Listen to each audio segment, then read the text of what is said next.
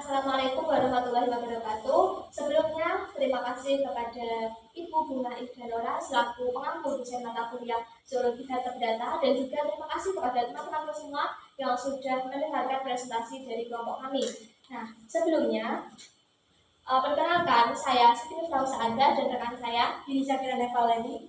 Nah, sebelumnya di sini kami itu akan membahas tentang definisi dan juga ruang lingkup biogeografi, aspek yang mempengaruhi biogeografi atau persebaran makhluk hidup, dan juga ada konsep biogeografi. Nah, sebelumnya apa sih biogeografi itu? Nah, jadi biogeografi itu berasal dari kata bio dan geografi. Bio yang berarti kehidupan atau organisme yang hidup, dan geografi itu adalah ilmu yang mempelajari sesebaran karakteristik geografis. Nah, jadi menurut KBBI, biogeografi itu adalah ilmu tentang penyebaran tumbuhan dan juga hewan secara geografis di muka bumi. Nah, menurut para ahli, yaitu yang pertama ada Alfred Russell-Wallace, itu menjelaskan bahwa biogeografi itu adalah ilmu bagaimana penyebaran spesies di permukaan bumi dan juga bagaimana penyebaran spesies itu bisa terjadi. Nah, yang kedua ada Michel Hayter. Nah, di sini beliau itu menjelaskan bahwa biogeografi itu adalah ilmu yang mempelajari pola secara geografis tentang tumbuhan dan juga hewan agar dapat diketahui persebarannya, dan persebaran hewan dan tumbuhan tersebut di permukaan bumi ini berdasarkan ekologi dan juga ekosistem. Nah, di sini biogeografi itu dibagi menjadi dua, yaitu ada biogeografi ekologi dan juga ada biogeografi historis. Nah, apa sih biogeografi ekologi itu? Nah, jadi biogeografi ekologi itu menggabungkan biogeografi dan juga ekologi. Nah, untuk apa? Untuk memahami bagaimana faktor lingkungan itu dapat mempengaruhi distribusi dan perilaku organisme di wilayah geografis yang berbeda. Nah, biogeografi ekologi ini itu juga berfokus pada bagaimana faktor lingkungan dan seperti iklim dan topografi, kemudian ketersediaan sumber daya itu mempengaruhi persebaran dan juga pelimpahan spesies yang ada di bumi ini. Nah, yang kedua itu ada biogeografi historis. Nah, biogeografi historis itu adalah bidang biogeografi yang berfokus pada pemahaman sejarah evolusi dan distribusi spesies di wilayah geografis yang berbeda. Nah, biogeografi historis ini itu menganalisis fosil dan juga catatan geologis dan juga data-data genetik. Nah, biogeografi historis ini itu berusaha merekonstruksi bagaimana dan mengapa distribusi spesies itu berubah seiring berjalannya waktu. Nah, di sini faktor-faktor yang dapat mempengaruhi biogeografi atau persebaran makhluk hidup di bumi. Nah, apa aja sih faktor itu? Yaitu ada faktor fisik atau abiotik dan juga faktor non-fisik atau biotik. Nah, di sini dapat dilihat faktor fisik atau abiotik itu ada meliputi faktor curah hujan, kemudian ada suhu, kelembapan, angin, sinar matahari, tanah, dan juga ketinggian. Itu merupakan faktor-faktor abiotik yang dapat mempengaruhi faktor biogeografi atau persebaran makhluk hidup di bumi ini. Kemudian yang kedua ada faktor non-fisik atau biotik. Nah, apa aja sih faktor non-fisik itu yang dapat mempengaruhi persebaran makhluk hidup? Di antaranya itu ada yang pertama itu ada flora, hewan, manusia, jaringan makanan, dan adaptasi. Nah, semua itu faktor non-fisik atau biotik yang dapat mempengaruhi pola persebaran makhluk hidup yang ada di bumi ini. Nah, di sini ada konsep biogeografi hewan. Yang pertama ada pola persebaran. Nah, di sini pola persebaran itu mempelajari pola distribusi hewan dan juga tumbuhan di berbagai wilayah geografis, baik dari skala global maupun lokal. Nah, pola ini ini itu dipengaruhi oleh beberapa faktor seperti sejarah geologi, kemudian ada iklim, juga habitat, dan faktor-faktor biotik. Yang kedua ada faktor-faktor pembatas. Nah, di sini faktor pembatas itu mengidentifikasi faktor-faktor yang membatasi persebaran hewan seperti membatasi seperti kondisi iklim, kemudian ada habitat, hambatan-hambatan geografis, kemudian ada interaksi dengan spesies lainnya. Terus yang ketiga ada adaptasi. Adaptasi ini itu adalah bagaimana makhluk hidup itu dapat menyesuaikan diri dengan lingkungannya. Kemudian yang terakhir itu ada evolusi. Nah, evolusi itu merupakan suatu proses perubahan yang berlangsung sedikit demi sedikit dan evolusi ini itu memakan waktu yang cukup lama. Kemudian ada geosfer. Geosfer itu masih, nah di sini geosfer itu terdiri dari dua kata, yaitu bio dan sfer. Nah, bio sendiri itu berarti kehidupan, sedangkan sfer itu berarti lapisan. Jadi biosfer itu adalah lapisan tempat tinggal makhluk hidup atau seluruh ruang hidup yang ditempati oleh organisme. Nah, biosfer ini terdiri atas tiga lingkungan utama atau biosiklus, yaitu biosiklus darat, biosiklus air tawar, misalnya ada di sungai, danau, atau sekitarnya, dan juga ada biosiklus air asin yang ada di laut atau ada di samudra. Nah, menurut Arthur Tansley, istilah ekosistem itu pertama kali diperkenalkan oleh ahli biologi, yaitu beliau Arthur Tansley pada tahun 1935. Nah, ekosistem itu apa sih menurut beliau? Jadi ekosistem itu adalah suatu sistem yang mencakup tumbuhan, hewan, dan juga komponen lingkungan fisik tempat ia hidup. Nah, di sini komponen-komponen itu dibagi menjadi dua, yaitu ada komponen biotik dan komponen abiotik. Nah, komponen biotik itu terdiri atas tumbuhan sebagai produsen dan juga hewan sebagai konsumen. Di sini hewan itu terbagi menjadi empat ini, ada hewan pemakan tumbuhan, hewan pemakan daging, ada hewan pemakan keduanya, dan juga ada bakteri dan jamur sebagai pengurai. Nah, kemudian yang kedua ada komponen abiotik. Nah, di sini komponen abiotik itu meliputi iklim, mineral berupa mineral yang terdapat pada batuan, tanah, kemudian ada air dan udara. Seperti juga ada karbon atau nitrogen dan juga ada zat-zat seperti zat besi dan juga magnesium. Nah, kemudian bioma. Bioma itu merupakan komunitas tumbuhan dan juga hewan yang hidup dalam iklim tertentu. Nah, dengan ciri khas yaitu kehidupannya itu sesuai dengan tempatnya. Nah, bioma itu termasuk unit biotik geografis terbesar yang terbentuk dari pengaruh iklim, curah hujan, dan garis lintang. Nah, bioma yang serupa itu dapat membentuk satu jenis bioma dan diklasifikasikan berdasarkan jenis organisme hidup tertentu. Nah, bioma di sini itu dibagi menjadi 7. Yang pertama ada bioma hutan hujan tropis. Nah, bioma hutan hujan tropis itu merupakan bioma dengan vegetasi flora dan fauna yang paling variatif.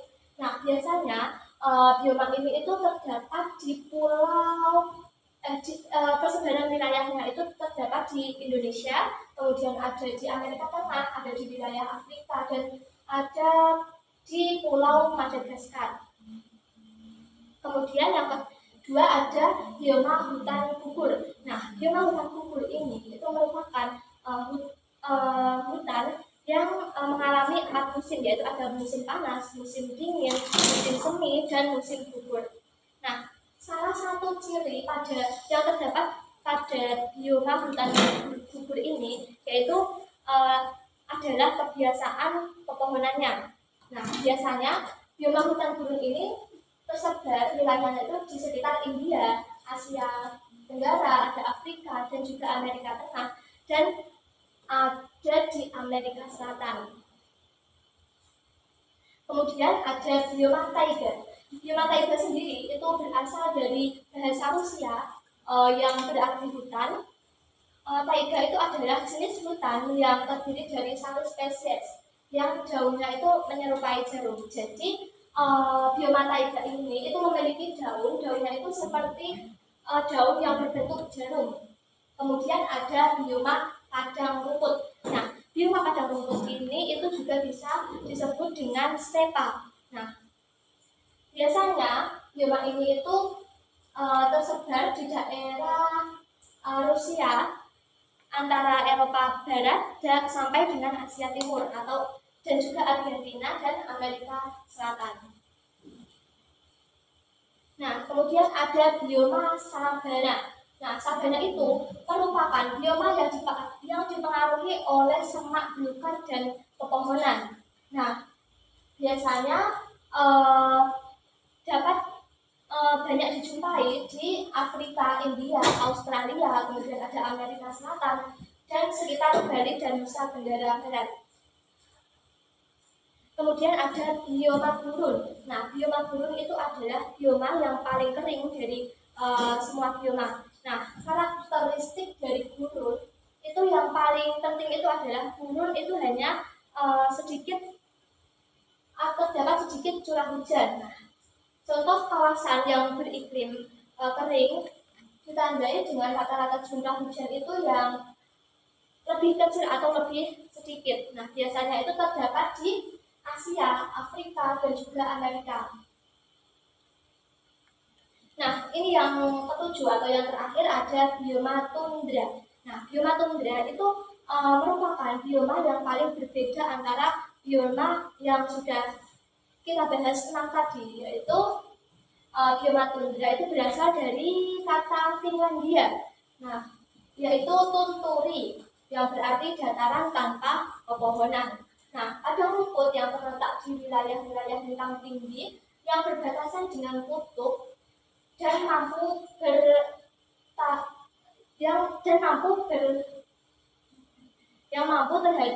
suhu udara dingin. Jadi di bioma tundra ini itu tidak ada sama sekali pepohonan yang hidup.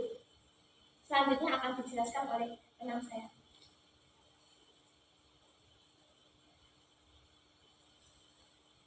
Zoogeografi. Dalam istilah geografi, hewan atau dikenal dengan zoogeografi berasal dari kata zoo yang berarti hewan dan geografi atau penggambaran fenomena geosfer. Secara etimologis, geografi hewan adalah ilmu yang mempelajari dunia hewan. Persebaran hewan di muka bumi didasarkan pada faktor fisiologis, iklim, dan biotik yang berbeda di antara satu wilayah dengan wilayah yang lainnya, sehingga menyebabkan perbedaan jenis hewan di suatu wilayah. Pada tahun 1876, Alfred Russel Wallace membagi fauna menjadi 6, yaitu wilayah Palearktik, Neotropia, Neotropikal, Nearktik, Oriental, dan Australia.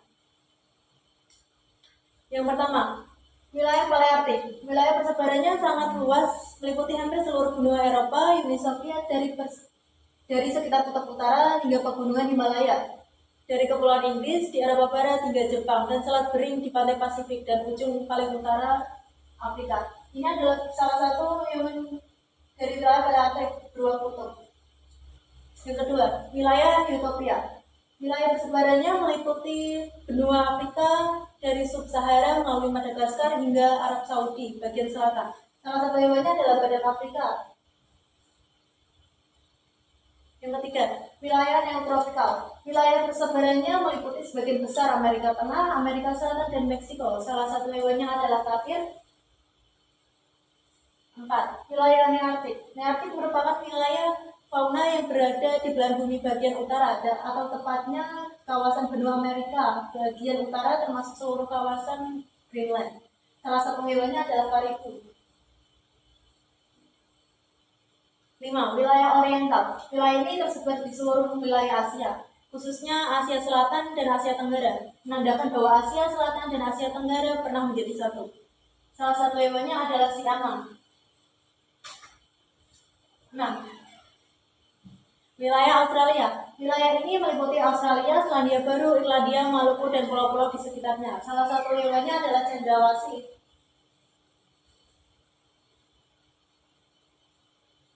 Selain Wales, ilmuwan Jerman bernama Max Weber telah menetapkan persebaran flora dan fauna di Indonesia bagian timur yang memiliki banyak kemiripan dengan Australia. Weber menarik garis antara Pulau Nusa Tenggara dan Halmahera sebagai garis pemisah flora dan fauna Australia. Garis ini disebut garis Weber. Sedangkan di antara garis Wales dan Weber, daerah antara dataran tinggi Sonda dan dataran tinggi Sahul dikenal sebagai zona peralihan. Selain itu, fauna khas Indonesia juga beragam. Berikut adalah beberapa wilayah persebaran Indonesia. Pertama, fauna Indonesia bagian barat. Fauna Indonesia bagian barat meliputi berbagai jenis satwa yang menghuni Pulau Sumatera, Jawa, Kalimantan, dan pulau-pulau kecil di sekitarnya. Keanekaragaman fauna di Indonesia bagian barat yaitu mulai dari mamalia, terdiri atas dari gajah, badak bercula satu, tapir, rusa, banteng, kerbau, monyet, orangutan, macan, tikus, bajing, bijak, kelelawar, landak, babi hutan, dan kukang. Salah satu gambarnya adalah kancil. Yang reptil. Reptil terdiri atas dari buaya, kura-kura, kadal, ular, tokek, biawak, dan bunglon. Salah satu hewannya di sini adalah tokek.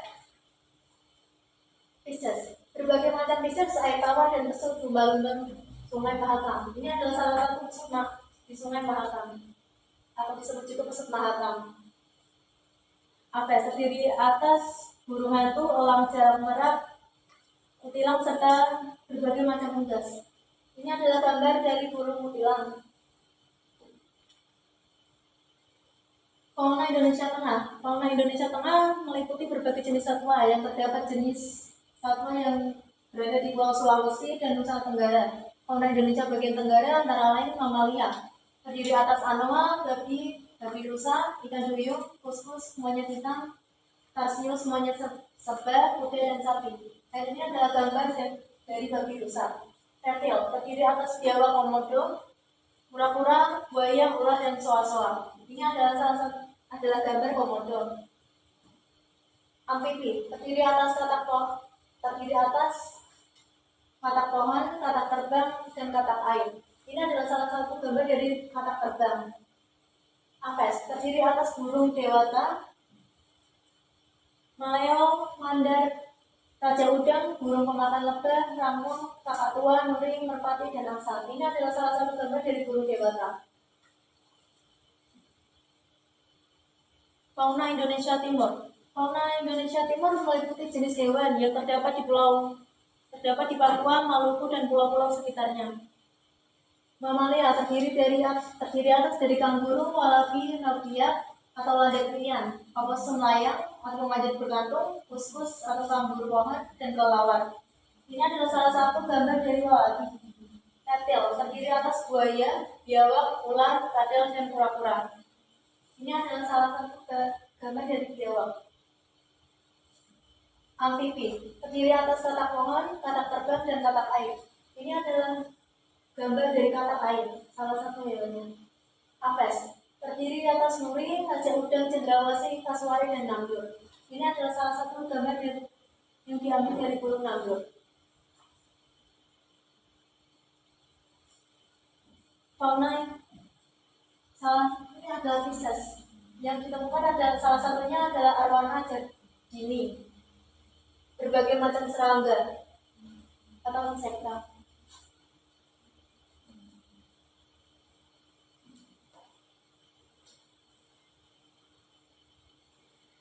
Sekian pemaparan materi dari kelompok kami. Apabila ada kesalahan dalam pengucapan, kesalahan dalam penyampaian materi, kami mohon maaf. Wassalamualaikum warahmatullahi wabarakatuh.